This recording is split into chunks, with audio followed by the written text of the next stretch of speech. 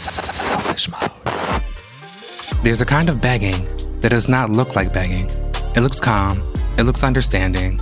It says, no worries, when there were absolutely worries. It is the quiet kind. The kind where we make our needs smaller and smaller, hoping someone will finally notice them without us having to say the whole thing out loud. Because sometimes we hear the word begging and think it has to be dramatic. Crying on the floor, blowing up someone's phone, asking over and over again. But sometimes begging is subtle. Sometimes it sounds like being extra patient with someone who has made no effort to be careful with you. Sometimes it looks like lowering the standard until bare minimum starts to look thoughtful. Sometimes it looks like saying, I get it, when what you really mean is, I am hurt, and I do not know how many more times I can pretend I'm not. And we call it grace. We call it being chill.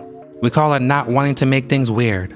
But sometimes, if we are honest, it is self-abandonment with softer lighting. Because deep down, we are hoping that if we stay easy enough, quiet enough, low maintenance enough, they will finally choose us with care. They will finally notice the hurt we keep swallowing. They will finally hear the need underneath all that. It's fine. But people cannot honor a need you keep disguising as flexibility. And some people will benefit from your silence if your silence keeps them comfortable.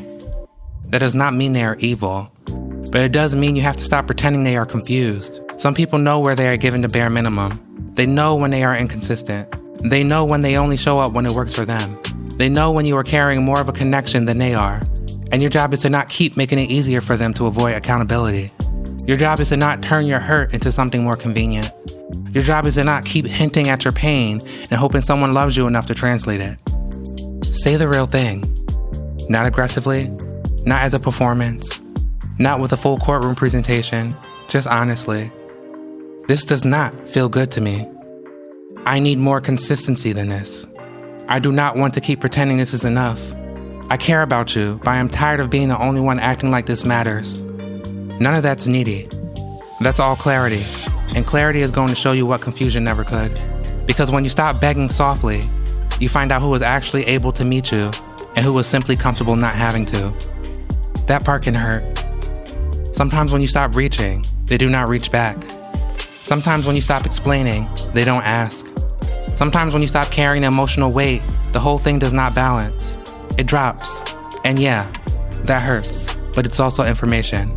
Because if something only works when you are shrinking, overgiving, waiting, hinting, and swallowing your needs, it's not working. You are. You are making it look alive by constantly feeding it pieces of yourself.